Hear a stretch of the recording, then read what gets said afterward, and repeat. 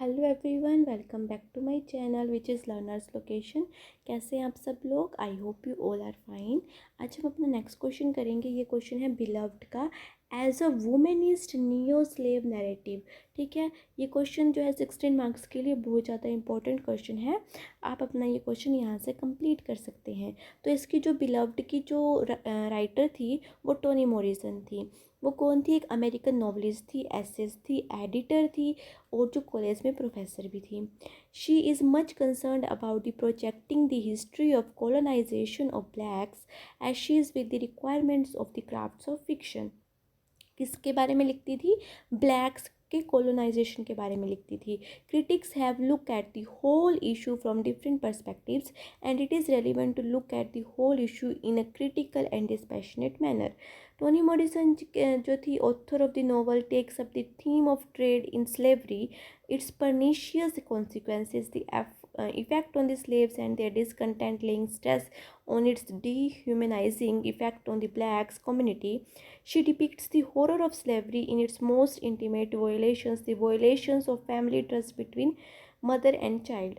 क्या है, इन्होंने दिखाया किस तरह जो है दास्ता की प्रथा थी, जो मतलब दास बेचे जाते थे, स्लेव्स बेचे जाते थे और उनके ऊपर जो वॉयलेशन होता था वो सब कुछ यहाँ पे दिखाने की कोशिश की गई है, जो उनकी पेनफुल सिचुएशन में वो रहते थे।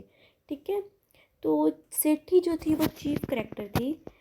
सेठी, the chief character's realization that black slaves were treated worse than animals makes her determined that her children will not endure the treatment she had endured at the hands of white slaveholders. तो ये जो है इसको जो सेठी थी realise हुआ कि जो जितना जैसा ट्रीटमेंट ये हम स्लेव्स के साथ करते हैं, ऐसा तो ट्रीटमेंट एनिमल्स के साथ भी नहीं होता जैसा ये स्लेव्स के साथ करते हैं। कौन? जो वाइट स्लेव होल्डर्स थे। इसने सोचा कि मेरे बच्चे इतना जो ये सहन नहीं कर पाएंगे, ये पेन जितना मैंने सहन कर लिया किनके हाथों? वाइट स्लेव्स होल्डर्स के हाथों। She resorted to act of killing and killed her daughter because of no other alternative before her. इसने जो है अपनी बेटी को मार दिया था, जिसका क्या नाम था? बिलव्ड। बिलव्ड को इन्फेंसी स्टेज में ही इसने मार दिया था, बाकी के जो बच्चे थे वो बच गए थे। She thought that perhaps the next world would be better for her children to live in than the present one. She also knew it that she was acting reasonably in good faith, otherwise no mother could take such drastic and detestable act of taking the life of her own baby. Consequently, she leads her entire life guilty-ridden, with conscience always pricking and giving her utmost pain. इसने जो है ये सोच के उसको मार दिया था, बिलव्ड को, कि शायद जो मरने के बाद जो वर्ल्ड उसे मिलेगा वो इस वर्ल्ड से अच्छा होगा। तो ऐसा वैसे तो ऐसा कोई कर नहीं सकता, पर जो है इसने जो ये सोच के अपने जो बेटी को मार दिया था। The most important theme of the novel is the need for people, particularly ex-slaves, to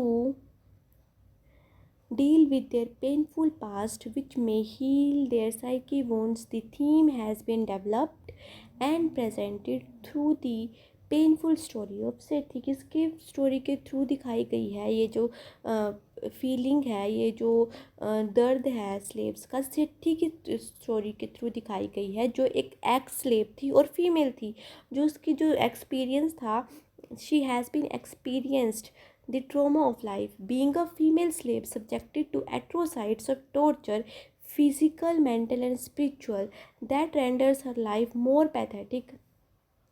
Life and more, okay, more pathetic and tragic.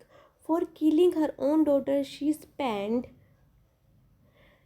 some time in jail, but she passed whole of her life under heavy burden of guilt. जब इसने अपनी बेटी को मारा था तो इसको थोड़ा टाइम जेल भी हुई थी, और जेल होने के बाद जो इसके अंदर गिल्ट थी वो उस गिल्ट के अंदर सारी उम्र रही थी। She is ostracized by the community, haunting by the ghost of her dead daughter, and driven by the painful memories of the past. How she was brutally treated and humiliated because she was a black slave, not entitled for a decent living like others. Sethi, the chief character sufferer, defines herself by her relationship with her children. She feels herself as a complete failure as mother.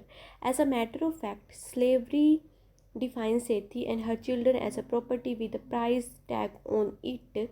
She cannot raise her children as she is required to do back-breaking labor on the plantation. When she makes an attempt to escape from sweet home plantation, she still cannot love and nurture them properly, having no experience with child raising duty. ये जो है इन्होंने बोला है, जो सेठी का character था उसके बच्चों के साथ उसकी जो रिलेशनशिप थी वो दिखाई गई है, और ये भी दिखाया गया है कि जो ये एज अ मदर सेठी ना हर अपने आप को फील करती थी कि वह एज अ मदर फेल हो गई है। और जो सेठी क्या slavery define Sethe and her children as a property with a price tag on it. Sethe और उसके चिल्ड्रन को स्लेवरी में एज जैसे प्रॉपर्टी हैं, ठीक है, प्राइस टैग लगा रखा है इस प्राइस टैग से कि इनका इतना प्राइस है। So she cannot raise her children as she required to do back-breaking labor on the plantation। जो वहाँ पे लेबर करनी पड़ती थी प्लांटेशन में, बहुत ज़्यादा मतलब कमर तोड़ मेहनत करनी पड़ती थी वहाँ पे। तो वो ये नहीं चाहती थी कि मेरे बच्चे भी ऐसे मेहनत करें, तो उसने वहाँ से भागने की कोशिश की, कहाँ से, स्वीट होम प्लांटेशन से। और उसके बाद भी वो अपने बच्चों को अच्छी तरह पाल नहीं सकी क्योंकि उसे कोई एक्सपीरियंस नहीं था कि बच्चे को कैसे पालते हैं। The one set plans she had made getting away from Sweet Home went away so completely she never dared lie by making more. Consequently, she filled with a sense of failure. Her eldest daughter comes to her as a ghost to haunt and torment her.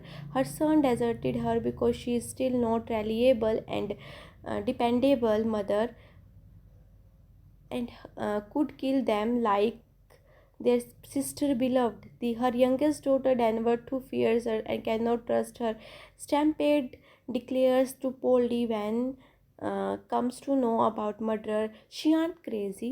She loved those children. She was trying to out hurt the hurter. तो ये जो है इस पैरे में बताया गया है कि जो इसने अपनी बेटी को मारा था वो एज अ गोस्ट इसको दिखती थी। इसके बच्चों ने भी मतलब जो उसके सन थे, उसके बेटे थे, वो भी इस पर ट्रस्ट नहीं करते थे। उन्हें लगता था कि जैसे इन्होंने हमारी बहन को मारा, ये मेरे को भी मार देगी। जो सबसे छोटी सिस्टर थी डेनवर, वो भी इस पर ट्रस्ट नहीं करती थी, मतलब इसके बच्चे इस पर ट्रस्ट नहीं करते थे। फिर यहाँ पे हमें दिखता है कि जो है ये एज अ मदर फेल हो गई। When Poldy learns about the deteriorating health of Sethi, physical as well as mental, he comes back with a sincere advice that she should forget her past world and that she alone is her best friend, nor her children, nor her past. Poldy said to Sethi, you are besting Sethi, you are. His holding fingers are holding hers. Thus, we find how Sethi is set on the road to recovery with healing process continuing. By way of suggestion, Toni Morrison gives the idea of healing of the entire nation with the healing of Sethi as a model. As Sethi finds solace and recovers by forgetting the bitter past and starting a fresh life, similarly, America should do and acknowledge the talk about slavery makes a clean break with past. America should give a chance for healing for the entire nation and should attempt for self-realization. Thus, the authors impress upon them to recognize that USA is much like Sethi trying to bury the trauma of past. ये जो है through सेठी को as a model दिखा के अपने इस work में इसे ये जो हमारी टोनी मॉरिसन है वो क्या दिखाना चाह रही है कि जिस तरह सेठी ने अपना पास्ट भूल के अपने आप को रिकवर कर रही है, उसी तरह जो अमेरिका में जो ये पास्ट था स्लेवरी का, इसको भूल के आगे से जो है अपना नया फ्यूचर अपना जो है अपने ऊपर काम करना चाहिए, अपने आप को हील करना चाहिए। यहाँ पे ये एग्जांपल देती है कौन, Tony.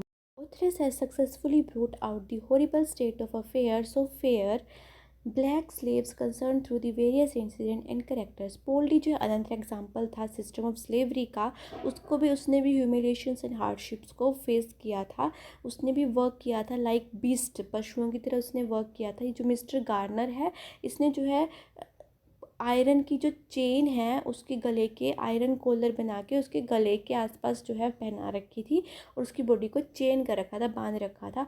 पोल्डी felt this humiliation too much to bear and took it as a insult to his manhood and masculinity. Stamp D is also the worst victim of slavery. He was married to a girl named Vasti, whom he could not see for a full 1 year on account of restriction imposed by his master's son, who was having sex with her without his knowledge. When he come to know it, brought it to the notice of his master and his wife. The forced sex did not stop. He had no option but to leave the place. He changed his name from Joshua to Stamp Paid and started a new life. यहाँ पे उसने अपना नाम change कर लिया था, stamp paid बन गया था वो. In nutshell we can say that the themes of the novel centered around the deplorable conditions of black slaves who were treated like animals with no feeling of safety, security and honor. The female slaves were raped, abused, exploited and tortured by their masters. जो themes है, conditions दिखाई गई हैं किसकी, black slaves की. और जो है वीमेन को किस तरह ट्रीट किया जाता था, मतलब उनको रेप किया जाता था, एब्यूज़ किया जाता था, एक्सप्लॉइट किया जाता था उनके मास्टर्स के द्वारा. हमारा ये क्वेश्चन भी यहाँ पे कंप्लीट हो गया. तो अगर आपने मेरा चैनल सब्सक्राइब नहीं किया है तो please subscribe to my channel, like share and comment. Thank you for watching.